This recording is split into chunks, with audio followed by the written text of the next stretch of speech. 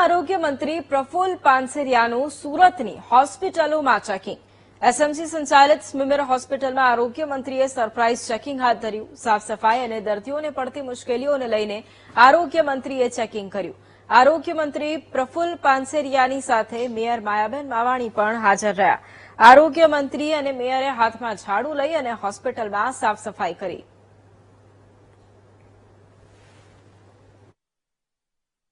ગુજરાત રાજ્યના આરોગ્ય મંત્રી પ્રફુલ્લભાઈ પાનસેરિયા આજે જે સ્મીમેર હોસ્પિટલ છે ત્યાં સરપ્રાઇઝ ચેકિંગમાં આવ્યા છે, સરપ્રાઇઝ વિઝિટમાં આવ્યા અને તેઓ આજે આ સાફ સફાઈ પોતે કરી રહ્યા છે। જોઈ શકાય છે આરોગ્ય મંત્રી પ્રફુલ્લભાઈ પાનસેરિયા અત્યારે સ્મીમેર હોસ્પિટલની અંદર જે છે તે સાફ સફાઈ કરી રહ્યા છે। એટલું જ નહીં પરંતુ તેમની સાથે ડેપ્યુટી મેયર, શાસક પક્ષ નેતા સહિતના તમામ જે નેતાઓ જે છે, પદાધિકારીઓ જે છે તે અત્યારે સ્મીમેર હોસ્પિટલની અંદર જે સાફ સફાઈ કરતા જોવા મળી રહ્યા છે। હાલ જોઈ શકાય પ્રફુલ્લભાઈ આપણી સાથે છે। પ્રફુલ્લભાઈ, અત્યારે આ આખી સાફ સફાઈને લઈ કઈ રીતનો સંદેશો આપો છો? પૂરા ગુજરાતમાં સ્વચ્છતાના સંદેશો નહીં પણ સ્વચ્છતા તમામ હોસ્પિટલો થઈ રહી છે।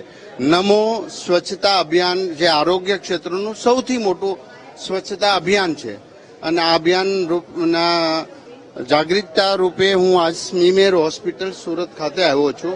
દરેક જગ્યાએ જ્યાં હોય ત્યાં સ્વચ્છતાના કાર્યક્રમો નહીં પણ રિયલ કહેવાય કે માઇક્રો લેવલની સ્વચ્છતા દરેક હોસ્પિટલમાં થઈ રહી છે।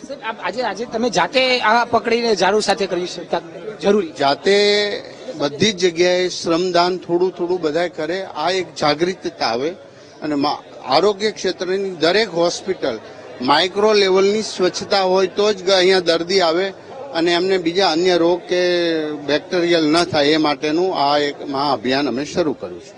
બિલકુલ, એટલે અત્યારે જે રીતે જોઈ શકાય છે કે સરકારમાં એટલે કે હોસ્પિટલોમાં, સરકારી હોસ્પિટલોમાં અત્યારે હાલ આ રીતે સાફ સફાઈની એક મેસેજ મળી રહે, દર્દીઓને પણ એક મેસેજ જાય અને સ્વચ્છતાને લઈને તમામ જે જાળવણી થાય તે માટે આખી અત્યારે પ્રફુલ્લભાઈ અહીંયા સરપ્રાઇઝ ચેકિંગ આપીને કામગીરી કરી છે। એક રીતે સમગ્ર રાજ્યમાં હોસ્પિટલોમાં ચોખ્ખાઈ રહે, સ્વચ્છતા રહે તે માટેનો સંદેશા સ્વરૂપનું આજથી અભિયાન શરૂ કરવામાં આવ્યું છે। કેમેરામેન દેવેશ સોલંકી સાથે ધ્રુવ સોમપુરા, વીટીવી ન્યૂઝ, સુરત।